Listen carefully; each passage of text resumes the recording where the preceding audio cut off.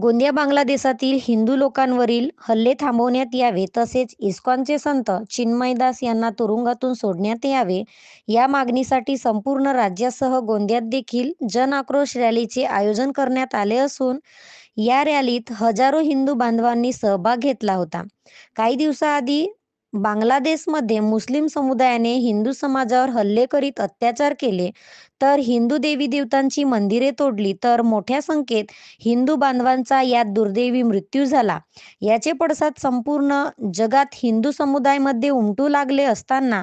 अनेक हिंदू संघटनांनी देश तसेच राज्य पातळीवर आंदोलने केली, तरी देखील केंद्र सरकारने बांगलादेशात हिंदू बांधवांवरती हल्ले करणाऱ्या संघटना विरोधात हवे तसे पाऊल न उचलल्याने देशात हिंदू समाजात आक्रोश निर्माण झाले असून याच घटनेचा निषेध नोंदवण्यासाठी गोंदियात सकल हिंदू संघटनेच्या वतीने 22 सप्टेंबरला जन आक्रोश रॅलीचे आयोजन करण्यात आले होते. तर आज पुन्हा 10 डिसेंबरला संपूर्ण राज्यासह गोंदियात देखील भव्य जन आक्रोश रॅलीचे आयोजन करण्यात आले असून हिंदू संघटनांनी आपल्या मागण्यांचे निवेदन जिल्हाधिकाऱ्यांमार्फत राज्याच्या मुख्यमंत्र्यांना पाठवले आहे. तर आजच्या जन आक्रोश रॅलीची दखल केंद्र आणि राज्य सरकार घेईल असा विश्वास हिंदू संघटनांनी व्यक्त केला आहे. त्यामुळे येत्या काळात बांगलादेशात हिंदू समाजावर होणाऱ्या हल्ल्यासंदर्भात केंद्र सरकार काय दखल घेते हे पाहण्यासारखे असेल. News reporter Suresh Jipkate, Zee India 24 तास न्यूज चैनल गोंदिया। हमने 1971 में आज़ाद किया था, वो हमसे कुछ मांग रहे हैं। ऐसा हो नहीं सकता। हमारे देश की जो सरकार है बहुत मजबूत है और आज की तारीख में हिंदुत्व की सरकार है और मुझे पूर्ण विश्वास है कि हिंदुत्व की सरकार हिंदुओं की रक्षा के लिए कड़े से कड़े कदम उठाएंगी और जो सरकार को हमने आज ज्ञापन दिया हुआ है उसके साथ साथ वहाँ पर जो लोग खड़े हैं उनका भी कुछ न कुछ इलाज करेंगी, ऐसा मुझे पूर्ण विश्वास है हमारी सरकार के ऊपर। आज 10 डिसेंबरला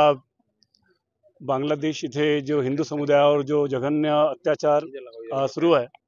त्याच्या विरोधामध्ये देशव्यापी आपण जिल्हा स्तरावर जिल्हाधिकाऱ्यांना निवेदन देत आहोत आणि त्या निवेदनामध्ये केंद्र सरकारने या ठिकाणी हस्तक्षेप करून जे मानवाधिकार आयोग आहे आणि संयुक्त राष्ट्रसंघ आहे त्यांना या विषयामध्ये लक्ष घालून जे हिंदू जे असुरक्षित आहेत, जे त्या ठिकाणी मदत मागत आहेत, त्यांना सुरक्षित करण्याचं काम निश्चित करावं। यासाठी आज गोंदिया येथे सकल हिंदू समाज यातर्फे एक मोटरसायकल रॅली झाली आणि या ठिकाणी निवेदन द्यायला मी या ठिकाणी आलेलो आहोत। हम लोगों ने देखा है कि बांग्लादेश में जिस प्रकार से अन्याय हो रहा है, ये 5 अगस्त 2024 से जो घटनाएं घट रही हैं और उसके बाद में हिंदुओं के साथ में जो साजिश करके हो रहा है, ये इसके खिलाफ में हम लोगों ने देखा है कि वहाँ इस्कॉन के जो हिज ग्रेस चिन्मयानंद प्रभु हैं, उनको किस प्रकार से उन्होंने हिंदुओं को संगठित करके उन्होंने जब वहाँ की गवर्नमेंट को डिपुटेशन देने का काम किया तो उनके ऊपर में झूठे आरोप लगाए गए और झूठे आरोप लगा करके उनको देशद्रोही का आरोप लगा करके उनको अरेस्ट किया गया। और इस प्रकार से इस्कॉन के ऐसे काफ़ी भक्त हैं, मैंने अभी 8 दिन पहले सुना था 73 डिवोटीज ऐसे हैं इस्कॉन के जिनको उन्होंने अरेस्ट किया हुआ है। और जो भी इनके फेवर में वकालत करने के लिए जो भी वकील आता है उनको तक उन्होंने मना किया हुआ है। वहाँ का जो वकील का जो संगठन है, उनके जो अध्यक्ष है, उन्होंने तक यहाँ तक घोषणा की है कि जो भी इस हिंदुओं के फेवर में केस लड़ेगा उसको हम जलाकर मार देंगे। तो ये जो हिंदुओं पर अत्याचार हो रहे हैं इसके खिलाफ में कि